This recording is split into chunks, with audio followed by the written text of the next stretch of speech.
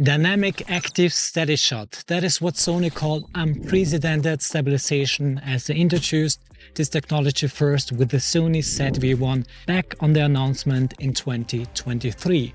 But is it really true? And can you now put your newly purchased DJI gimbal right back into the trash can? Today, we're going to find out.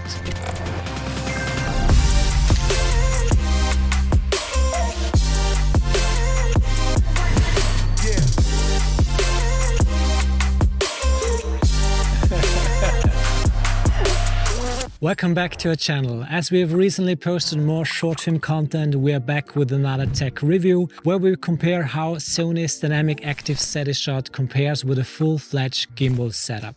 We will show different scenarios, from a very static to a more dynamic movement scenario, both with a wide and with a tight focal length, so you can decide yourself which tech works the best. So stick around until the end where we will show which cam is which. Before we start, this is the setup we use. With the ZV-E1 we just used the cage and the hand strap with the Dynamic Active SteadyShot enabled. And with the gimbal we just used the DJI RS3 with the IBIS activated. And by the way, if interested on how to use your gimbal, we've made a dedicated video with some tips and tricks, and you will find the link to the video in the box up here. For the lens part, we've chosen Sony's 20-70 f4G lens, which we set to 24 and 50mm respectively.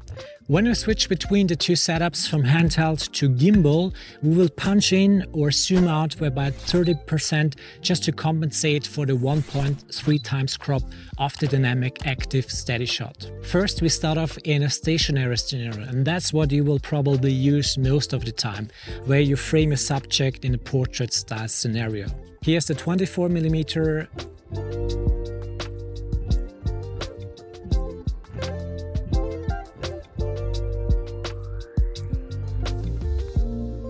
And here's the 50mm.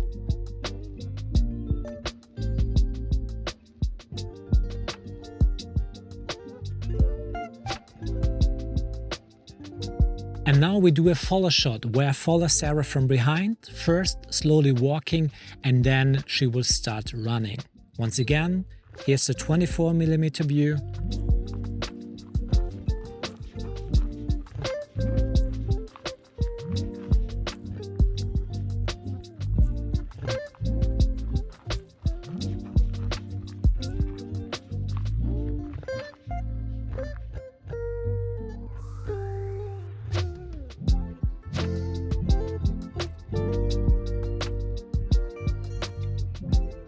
And here's the 50mm view.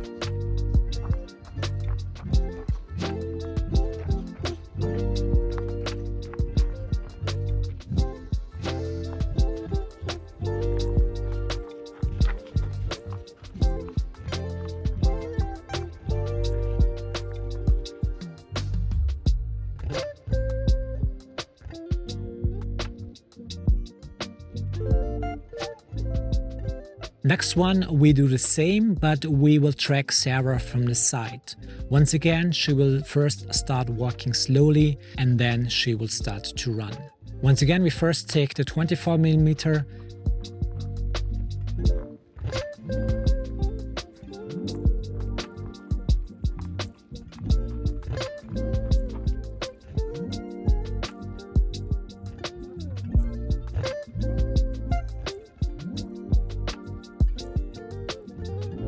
And here's once again the 50mm.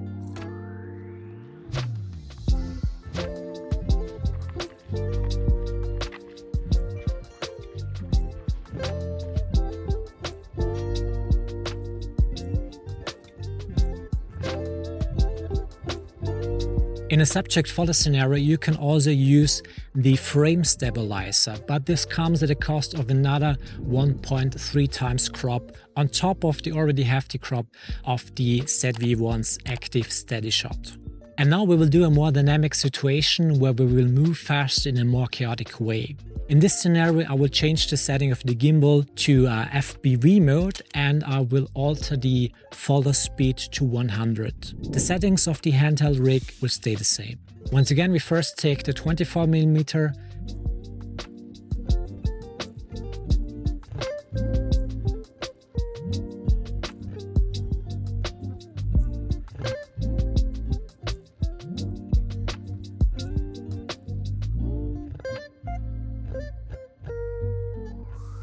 here's once again the 50mm.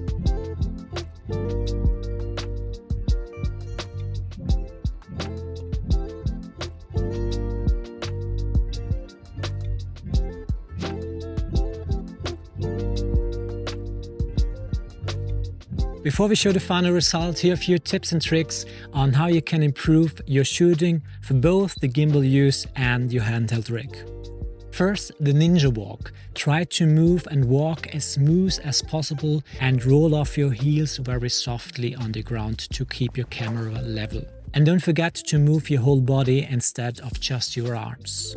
Secondly, shoot in 50 or 60 frames per second. 50 frames or 60 frames when slowed down in post will give a much smoother footage. And finally, use post stabilization to smooth your footage even further. This not always works out, but when you use autofocus lenses, you can use Sony's Catalyst Browse software, which works really fine. So here's the final result. Cam A was the gimbal and Cam B was just the ZV-E1 with the Dynamic Active SteadyShot. Did you guess it right? Let us know in the comments below. And by the way, how stable did you find our BTS shooting today? You ask why? Well, I'm glad you're asking, because the reason is that Matthias used an EasyRig configuration with the Sony FX30 and Active SteadyShot.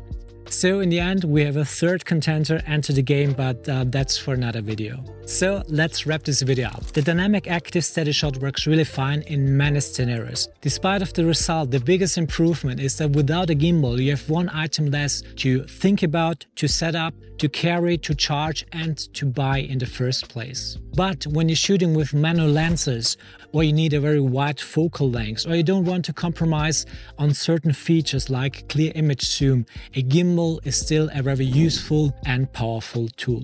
So, is the Dynamic Active SteadyShot of the ZV-E1 a true replacement for a gimbal? No.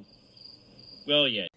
I would say no, but it comes as close as it could be. So, if you have any questions, please let us know in the comments below and we will do our best to answer all of them. And as usual, if you found this video helpful, please hit the like button and subscribe to our channel so we can do more videos in the future for you. Thanks to Matthias and Sarah, and of course you behind the screens for being part of the Captain Filmmaking crew. We'll catch you in the next one and see you on the other side.